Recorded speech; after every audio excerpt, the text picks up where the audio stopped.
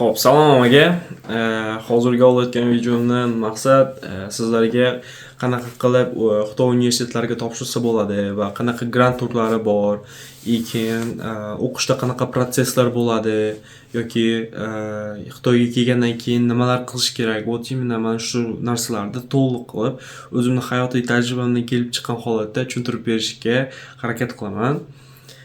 Bo'lmasa, boshladik. To'g'risi, hozirgacha ko'pgina insonlar ko'rganman, Xitoy haqida video qilib chiqadi-ku, masol, mamnaqa kelsang shunaqa bo'ladi, unaqa bo'ladi. Ularning gapi bilan hozirda bu yerda bo'ladigan proses, ya'ni hayotda bo'ladigan narsa umuman boshqa narsa. Именно keyin ularda ko'pi mamnaqa fake video qilib chiqaradi. Xitoy unaqa, Xitoy bunaqa, Xitoy tuda deb. Lekin hozirgi videodan именно maqsadim именно mana shu narsani to'liq qilib o'zimning hayotimdan, ya'ni o'zimning boshimdan o'tgan narsani to'liq qilib tushuntirib berishga harakat qilmoqchiman. Misol, kelganingizda qanday bo'ladi, sizda qanaqa problemalar kutib turadi, именно o'shaning uchun mana shu videoni olyapman. Birinchi savolga keladigan bo'lsak, ya'ni qanaqa qilib Xitoy universitetlariga topshirsam bo'ladi degan. Bu hozirda Xitoy universitetlari uchun topshirish вообще problema emas, ya'ni biz uchun qanday O'zbekiston, Qozog'iston, Tojikiston, Qirg'iziston, Turkmaniston, imенно mana shu davlatlar uchun hozirda Xitoy universitetlariga topshirish VIP desa ham bo'ladi. Chunki biz uchun hozir shunaqa sharoit yaratib beradi universitet. Misol, grant oladigan bo'lsak, hozirda eng zalotoy grantlardan bittasi bu Jongyaugo, ya'ni Five Central Asian Countries degan. Imенно o'sha grant yaratilgan, o'sha grantning ichiga qanaqa nimalar kiradi? Yotoqxona xarajatlari, sug'urta pullaringiz, sug'urta uchun to'lanadigan pullar, ya'ni viza xarajatlaringiz, keyin sizda o'qish xarajatlaringiz plus uyga borib har yili bir martadan uyga borib kelish xarajatlaringiz har oy sizga 1,5 ming yuandan universitet tomonidan to'lab beriladi. O'sha imенно mana shu bo'lganligi uchun hozirda вообще Xitoyga topshirish maza desa ham bo'ladi, to'g'risini aytadigan bo'lsam. Bundan tashqari, universitetda eng o'lim deganda хотя бы sizlar chet elliklar uchun yotoqxona xarajati bilan mana bu o'qish xarajatlari to'lab beriladi. Misol, boshqa stipendiyangiz bo'lmasligi mumkin yoki boshqa bir xarajatlar to'lab berilmasligi mumkin. Endi eng o'lim deganda lekin mana shu ikkitasi to'lab beriladi universitet tomonidan. Universitetga topshirish uchun sizda IELTS darajangiz bo'lishi kerak yokida o'sha Xitoy tili sertifikatingiz bo'lishi kerak, ya'ni HSK 4 eng kamida. Bakalavr o'qiyman demoqchi bo'lsangizda, agar sizda IELTS bilan keladigan bo'lsangiz, 1 yil foundation bilan bu yerda o'qiysiz. Ya'ni 1 yil foundation o'qiysiz. Agar sizda normalniy o'sha universitet talab qilingan sertifikatni olib bera oladigan bo'lsangiz, ya'ni darajani olib bera oladigan bo'lsangiz, siz keyin bakalavrni boshlasangiz bo'ladi. Bo'lmasa, qaytadan agar siz misol HSK 4 topshira olmasangiz yoki bir xil universitetlarda HSK 5 o'sha darajani topshira olmasangiz, siz qaytadan o'qishingizga to'g'ri keladi, 1 yil til kursi yokida boshqa universitet topshirishingizga to'g'ri keladi. Yo bo'lmasa, uyga qaytib ketishingizga to'g'ri keladi. Keyin sizda nima kutadi? Bakalavrmi? Bakalavrni o'qiysiz 4 yil.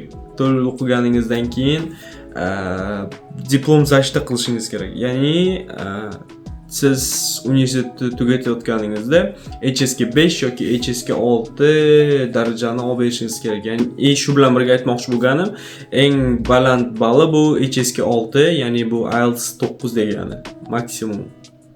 O'sha maksimum balni olib berishingiz kerak bo'ladi.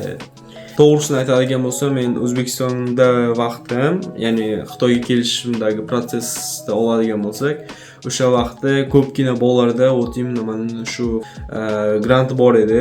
Bolalar aytayapti, Xitoyga kelishdan oldin, hali O'zbekistonda ular Xitoyga kelmasdan oldin, Xitoy unaqa, Xitoy bunaqa, bu shahar borayotgan shaharimiz qishloq ekan, joylashuvi yomon, universitet o'zi yomon, dedi primoyga mana shunaqa grantdan kechib, O'zbekistonda qolaman deb ketdi. Men ham o'yladim, men o'sha ulardan keyin men ham o'ylashni boshladim, bunaqa bo'lsa kerak, bunaqa. Kelganimdan keyin boshqacha taassurot til bilan tasvirlab bera olmayman, chunki men o'ylardim, seriozno Xitoy qishloq davlat tudashida deb o'ylardim. Unda kelgandan keyin bu yerdagi sharoitlarni ko'rib, вообще til bilan tasvirlab bera olmayman-da. Kelganman, Xitoylik kutib olgan, universitetga tashlagan bizni. Meni, то есть men o'zim отдельно o'sha xitoylik tashladi. Keyin bu kunisiga men borib ofisda, ya'ni universitet ofisida meni registratsiyadan o'tishim kerak. Lekin menda hech qanaqa sim kartam yo'q, hech qanaqa xitoy tilini xitoy tilini bilardim ozgina, lekin u darajam yetmasdi meni xitoyliklar bilan gaplashishga. Qanaqa qilib bo'lsa ham topganman universitetni o'sha ofisini, borganman, protsesslarni hech qaysiga tushunmaganman, вообще sarson bo'lganman, nima qilishni bilmay. Xitoyliklarga gapiradigan bo'lsam, xitoyliklar даже ingliz tilini bilmaydi. Imенно o'shaning uchun sizlar tayyorlanib kelingizlar, хотя бы xitoy tilida gaplasha oladigan bo'lib. Chunki xitoyliklarda juda ham ko'p ingliz tilida gaplasha olmaydi, faqat xitoy tilida. Ofisda vaqti menga bitta odam kelgan, qirg'iz bola kelgandan bu yerda o'qiydigan bitta o'zbek akamiz, ya'ni Hasan aka, bundan oldingi videoda ko'rsangiz bo'ladi. O'sha Hasan akaning nomerini berib, ya'ni kontaktini berib, o'shani bog'lanib bergan. O'sha Hasan aka menga katta yordam bergan o'sha vaqtda. O'shaning uchun hozirda rahmat aytib qo'ymoqchi edim, отдельно yana bir marta. O'sha registratsiyada bo'ladigan prosesni tushuntirib beradigan bo'lsam, siz o'sha universitetni registratsiyasidan o'tishingiz kerak. Ya'ni sizda qanaqa grant turi bor yoki siz qayerlarga to'lov qilishingiz kerak, imенно o'sha narsani sizda ofisda tushuntirib berishadi. Ya'ni u yerda sug'urta olishingiz kerak, sug'urtadan keyin meditsinskiy topshirishingiz kerak. Meditsinskiydan keyin viza centerga borib, vizalaringizni topshirib, qolganini bemalol o'qishni boshlasangiz bo'ladi. Mana shunaqa proseslar bo'ladi. O'sha proseslardan o'tib olganingizdan keyin sizda HSK o'qish hayoti boshlanadi, ya'ni xitoy tili. Keyin yana ko'pchilikda shunaqa savollar bo'ladi. Imенно men bunaqa populyarniy shaharlarga bormoqchiman, ya'ni Guangzhou, Shanxay, Pekin, o'sha shaharlarda o'qimoqchiman deb ko'pchiliklarda savollar bo'ladi-da. Imенно unaqa shaharlarga borish uchun, ya'ni o'qish uchun sizda oilaviy sharoitingiz yaxshi bo'lishi kerak, ya'ni finansiy support sizda yaxshi bo'lishi kerak. Chunki u shaharlarda даже sizda stipendiyangiz bo'lsa ham, boshqa scholarshiplarıngiz bo'lsa ham, u yerda yeb ichishingizga yetmaydi. To'g'risi. Chunki u populyarniy shaharlar bo'lganligi uchun u yerda turistik zonada, to есть ko'p sayohatchilar kelganligi uchun hamma narxlari juda ham qimmat. Misol taksiga o'tiraman desa ham boshqa shahardagi bilan 2 barobar qimmat bo'ladi. Ovqatlanaman desa ham ovqatlari ham qimmat bo'ladi. Imенно o'shaning uchun shunaqa shaharlarga topshirishdan oldin ozroq o'ylash kerak, keyin oilaviy sharoitga ham qarab qo'yish kerak. Yana shu bilan birga aytib o'tmoqchi bo'lgan yana bitta informatsiyam bor. Kimdirlar o'ylash mumkin, ha men u yoqqa boraman, ishlayman, ham o'qiyman degan xayollar bo'lishi mumkin, lekin to'g'risini aytadigan u xayollar bilan chuchora xom sanasiz, chunki Xitoyda вообще studentlarga ishlash mumkin emas. Ishlagan taqdiringizda ham illegalniy bo'ladi. Bunaqa narsaga Xitoy qattiq qaraganligi uchun siz jarima to'laysiz yoki-da sizni primoyga deport qiladi. U sizni o'sha qanaqa ishda ishlayotganligingizga qarab. Imенно shularni inobatga olib, hamma tomonlama tayyor bo'lib Xitoyga kelsangiz bo'ladi. Keyin boya bitta yana informatsiyani aytmoqchi edim, shu esimdan chiqib qolgan edi. Hozir qo'shimcha qilib qo'shib qo'yaman. Kimdirlar o'ylaydi, misol ko'pchilikda hozirda bo'layotgan problema bu universitet menga misol sug'urta qilyapman yoki grantim bor, universitetimdan mana bunaqa xarajatlarim to'lanib beradi oldindan degan ko'pgina bolalarda uchratyapmiz-da hozirda. Yangi kelganlarda aytayapti, universitetga boryapti ofisga, misol men kasal bo'lib qoldim, menga davay to'lab beringlar, больницаga yotishim kerak, tuzasiz degan narsalar bo'lyapti. Yokida men hozir viza centerga borishim kerak, lekin pulim yetmayapti. Shuni menga beringlar, men to'lab kelishim kerak degan narsalar bo'lyapti.